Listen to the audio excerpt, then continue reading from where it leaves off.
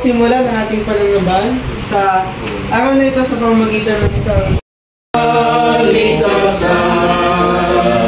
Ang hari ay papurihan, nating walang hanggan. Sa tuwingan iyong maririnig, awit ng kanyang pag-ibig, ang kalangit ay nakikinig ng katubusan. Sa mga hirap ng Panginoon,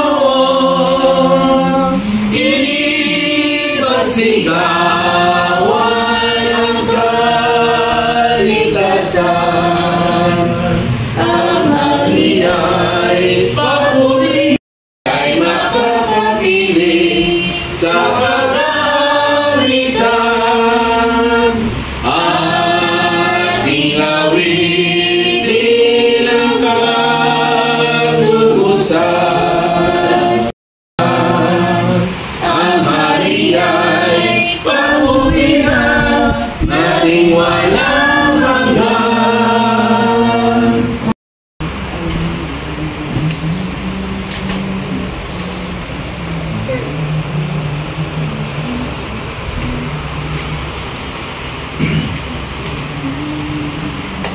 Kasi sa Kalaan ng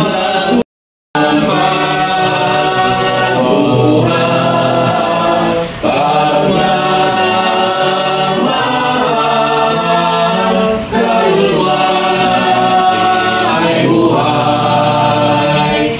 Rosas ay namumutagkat, kaluluwa ay buhay. Sa buhay na walang hanggan, kaluluwa ay buhay. Looy buhay ng pagbuhat, pagmamahal, kaluluwa ay buhay. Ako ay patungo doon, kaluluwa ay buhay. Wala nang pag-iiwalay, kaluluwa ay buhay.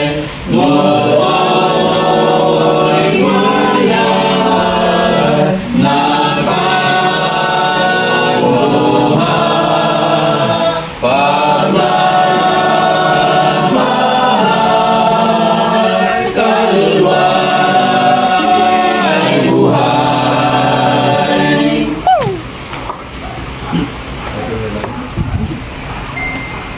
O Diyos sumanga na sa langit, natingin sa lahat, mayari ng buhay at kasalan.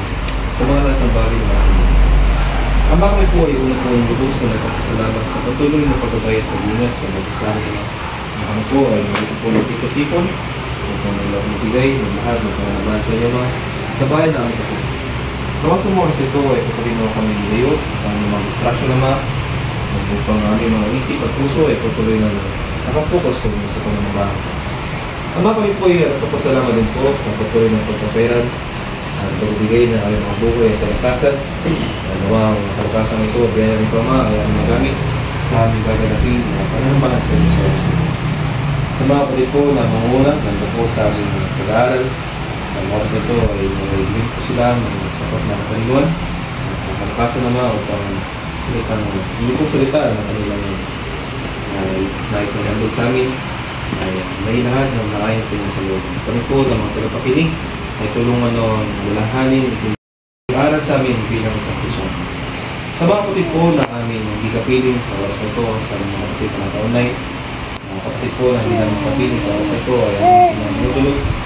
Kung po ang mga nagigarasan nila, kayo po nakalama at sakaling po na sila yung may binaramdam at sakitan, aming po silang lalapit sa pamagitan po ng panalangin ito, Ama. Patuloy silang makusinin yung kung magpulan niya kami. At sa amin po mga nagawang pagkakasala, patuloy po lang Ama, kami po ay lubos, mamini po ng katawaran, mamini po yung aming patid Ama, o hindi. mula sa aming isip, sa aming mga salita, at lalong-lalong po ang mga sa aming mga upang ang panalangin ito at ang butal sa iyong pangalan, na aming kalabot ito at karapat-dapat sa iyong pinagalaman. Ito po ang hinihiling at dadalangin sa matamis ng pangalan ni Jesus. Amen. Bago po natin tawagin si Brother Enoch. Brother Enoch, kaya sa ating Bible message, ating pong nantayin ng hymn number 7. Lahat ay handa. All things are ready. Hymn number 7.